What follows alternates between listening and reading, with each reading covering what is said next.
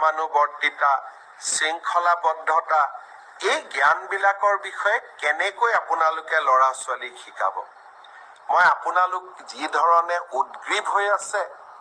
মোৰ চিন্তা সিমানেই বাঢ়ি গৈ আছে যে আপোনালোকে একোজন প্ৰকৃত শিক্ষক হ'ব পাৰিবনে নাই সেয়েহে যিমানে আপোনালোকৰ চিন্তা বাঢ়িছে নিযুক্তিৰ তাৰিখো মই 15 দিনকৈ আগুৱাই লৈ গৈ আছো যাতে আপোনালোকৰো এটা ধৈৰ্যৰ পৰীক্ষা আমি ল'ব পাৰো তথাপিতো আপোনালোকে যেটো সুধি থাকে সেই কাৰণে মই উত্তৰ দিব খুজিছো মে মাহৰ প্ৰথম সপ্তাহত পোষ্ট গ্ৰেজুৱেট আৰু গ্ৰেজুৱেট টিচাৰ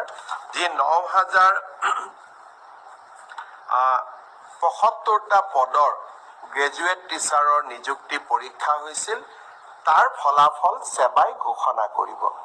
কিন্তু তাৰ পিছত আপোনালোকৰ ডকুমেন্ট ভেৰিফিকেশন হ'ব আৰু ফাইনেল নিযুক্তি 10 অক্টোবৰত হ'ব আৰু 10 অক্টোবৰলৈ আপোনালোকে ধৈৰ্য ধৰিবই লাগিব কাৰণ আমিও আপোনালোকৰ অকণমান ধৈৰ্যৰ পৰীক্ষা কৰিব খুজিছো ঠিক সেই ধৰণে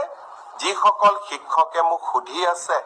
5550ৰ লিষ্ট কেতিয়া দিব আপোনালোককো মই জনাব খুজিছো যে এপ্ৰিল মাহৰ ভিতৰত আমি আপোনালোকৰ ডকুমেন্ট ভেৰিফিকেশনৰ কাম শেষ কৰিম মে মাহৰ পৰা আপোনালোকৰ প্ৰভিজনেল লিষ্ট ওলাব কিন্তু নিযুক্তি 10 অক্টোবৰত হ'ব আৰু তেতিয়ালৈকে আমি সকলোৱে ধৈৰ্য ধৰিম কোনোবাই ক'ব পাৰে যে নতুন নিযুক্তিৰ ল'ৰা ছোৱালীয়ে যদি ইমান দেৰি কৈ দিও তাতো পোষ্ট ল'ব নেকি নহয় নতুন নিযুক্তিৰ তালিকা 10 অক্টোবৰৰ পিছত ওলাব গতিকে 10 অক্টোবৰত যি সকলে নিযুক্তি পাব তেওঁলোকে স্বাভাৱিকভাৱে নতুন নিযুক্তিত এলপিৰ শিক্ষক এলপিত অৱতীৰ্ণ হ'ব নোৱাৰিব কিন্তু তেখেতসকলে ইউপিৰ পৰীক্ষাত বা আপাৰ প্ৰাইমেৰী মেৰিট লিষ্টত তেওঁলোকৰ নাম ডেফিনেটলি অন্তৰ্ভুক্ত হ'ব পাৰে